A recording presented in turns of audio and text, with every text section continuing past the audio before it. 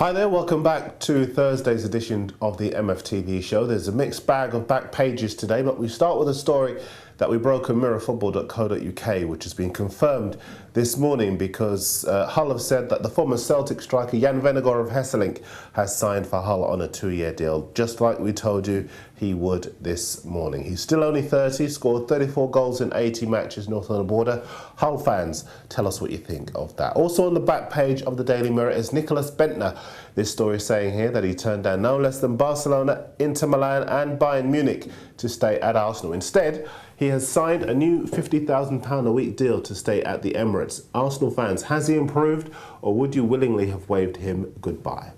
Elsewhere, the Sun have got the Sunderland keeper Craig Gordon saying that we'll never get rid of diving because of the high stakes involved. To be honest, much as I hate diving, I have to say he's right. You're never going to get rid of it because much as managers say they hate it, if they win a penalty as a result, they're not going to turn it down. But one thing that Gordon did say, which is wrong, is that it helped Arsenal to guarantee £16 million in cash by reaching the group stages of the Champions League, because Arsenal were through already. Celtic, with their poor away record, were not going to beat Arsenal at the Emirates after losing at home. Anyway, time for your messages. And you all have Paul Murphy to thank for our latest competition to win the Total 90 Shoot 2 boots.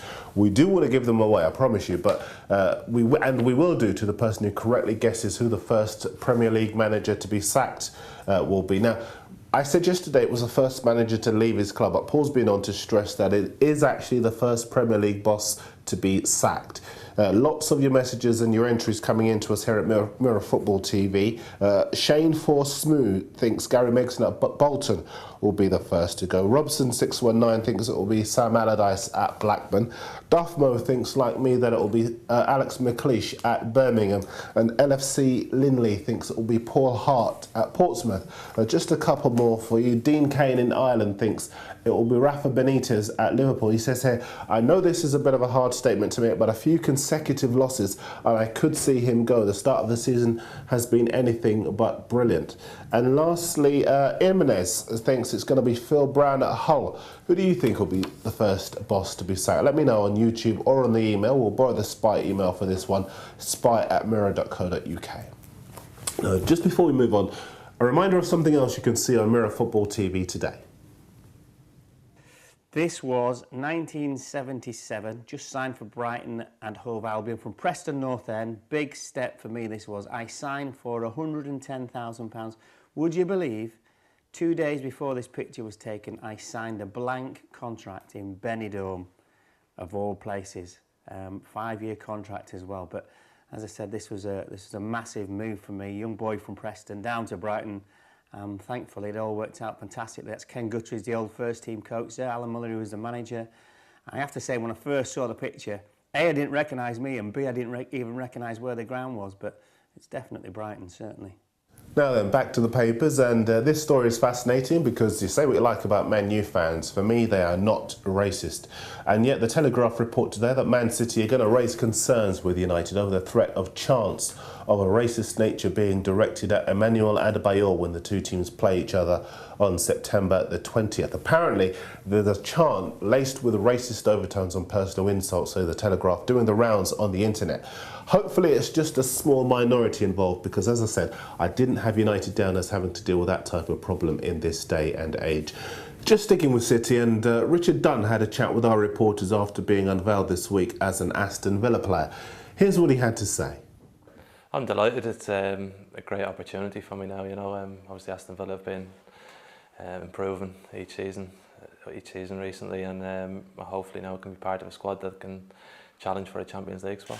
Do you think Villa can challenge with the likes of the club you're leaving, Manchester City, for a top place in the league? Yeah, I think a big thing for Aston Villa is the experience they would have gained from last season. You know, they went so close for so long at the top end, and managers brought in some new players into the squad this year. So hopefully the added depth and maybe not being in Europe might help us go that bit further.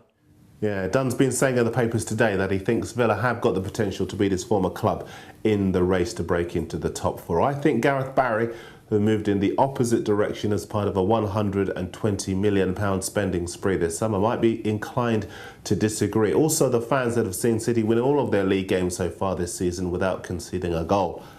Other stories around today include the poignant story of Jermaine Defoe dealing with the death of his brother Jade. Owen Hargreaves being named in Manchester United's Champions League squad, a big boost for you United fans as he fights back from injury. And let's go through some more of your messages, because I asked you yesterday what Cesc Fabregas was cooking the other day, which sparked the visit from the fire brigade. 757 Coop thinks it was paella. Bien Fate thinks it was bacon.